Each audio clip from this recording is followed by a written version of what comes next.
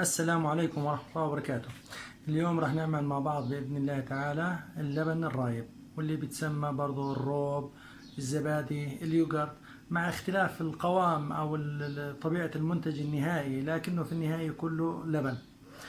ومشان نعمل الروب بيلزمنا مكونين فقط: الحليب سائل، أنا عندي هون لتر من الحليب السائل، وبدنا 4 ملاعق من أي لبن قديم. طبعا طبيعة اللبن القديم هي اللي بتحدد قوام المنتج النهائي.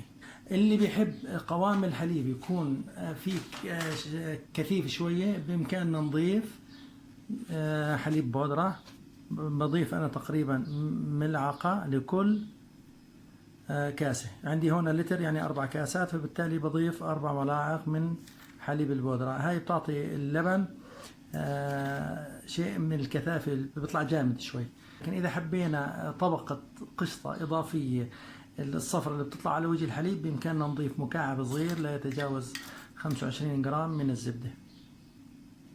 ومنقوم الآن بخلط المزيج بشكل جيد حتى تختلط المكونات. وبعد ما تختلط المكونات بنحطه على الغاز وبنرفع حرارته لل 90 درجة. طبعا الروب له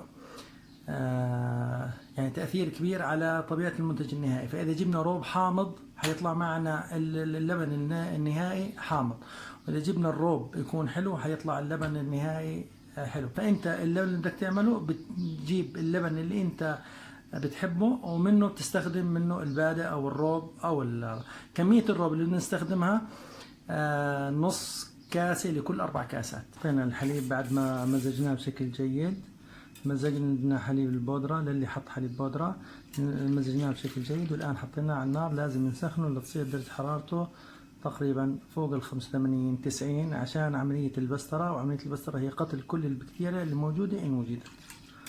طبعا هون إذا كان الغاز أو الشعلة اللي تحت الطنجرة عالية، لازم نضل نحرك مشان ما يشعط الحليب، ينحرق أول طبقة موجودة في قعر القدر ممكن تنحرق، فمشان هيك لازم نضل نحرك بشكل مستمر. لكن إذا كنت عم تستخدم طناجر لها قاع سميك وعلى نار هادية، فما بيلزم تحرك بشكل مستمر. برجع لكم عند الغليان بإذن الله تعالى. هاي بلش معنا الحليب يفور تمام. احنا بدنا نستناه ليصير 90. لما يبلش يغلي، اللي ما عنده مقياس حرارة بده يظل يحرك للرغوة تروح ويبلش الحليب يقلب. برجع لكم تمام الغليان ان شاء الله.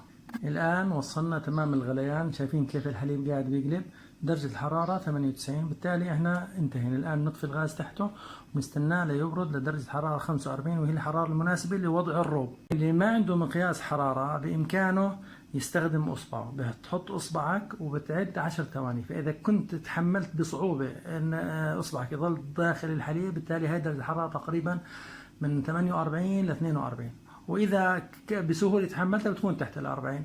احنا هدفنا من 40 ل 45 درجه، وهي الحراره المناسبه للبادئ انه يشتغل او الروبه. برجع لكم لما حراره تنزل. طبعا بإمكاننا نستنى درجة الحرارة اللي تنزل، بنغطي القدر وبنحطه داخل الثلاجة. الطريقة الثانية إنه نعمل حمام مائي، وهذا اللي بدي أعمله أنا لتسريع الفيديو.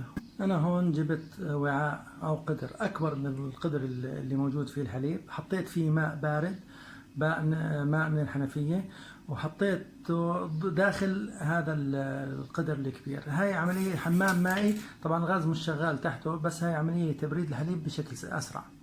برجع لكم لما توصل درجة الحرارة 45 بإذن الله. طبعا الحليب الآن بالحمام البارد، الحمام المائي البارد، لازم نحرك مشان نشوف كم الحرارة. فالآن تقريبا وصل الدرجة المطلوبة اللي هي تقريبا 45 46 تمام. الآن بنحط الروبة، بنشيل الحمام المائي وبنحط الروبة. طبعا احنا قلنا بدنا نحط نص كوب لكل 4 أكواب، والنص كوب تقريبا بيطلع 4 ملاعق.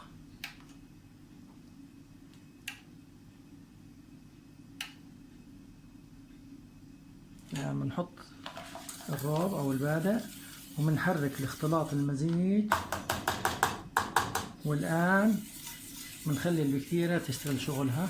بنغطي الوعاء بنغطيه كويس وبنجيب بطانية أو بشكير أو أي شيء وبنكمره وبنخليه من 4 ل7 ساعات.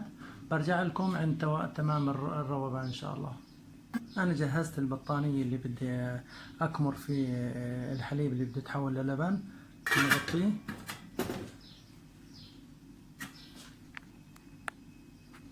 وبنكمره ونستنى عليه بإذن الله تعالى من 4 إلى 5 ساعات وبنرجع له. برجع لكم عند تمام الروبان. وهي رجعنا لكم بعد 4 ساعات، وهي بنفتح على اللبن.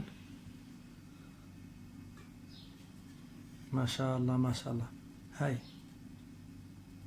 قوامه ماسك وصار لبن.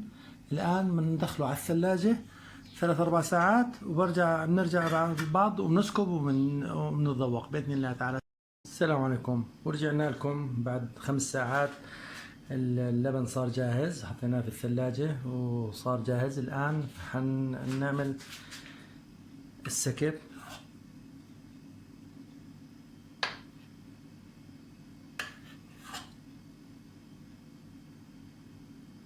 طبعا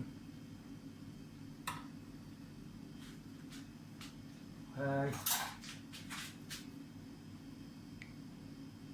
بسم الله الرحمن الرحيم.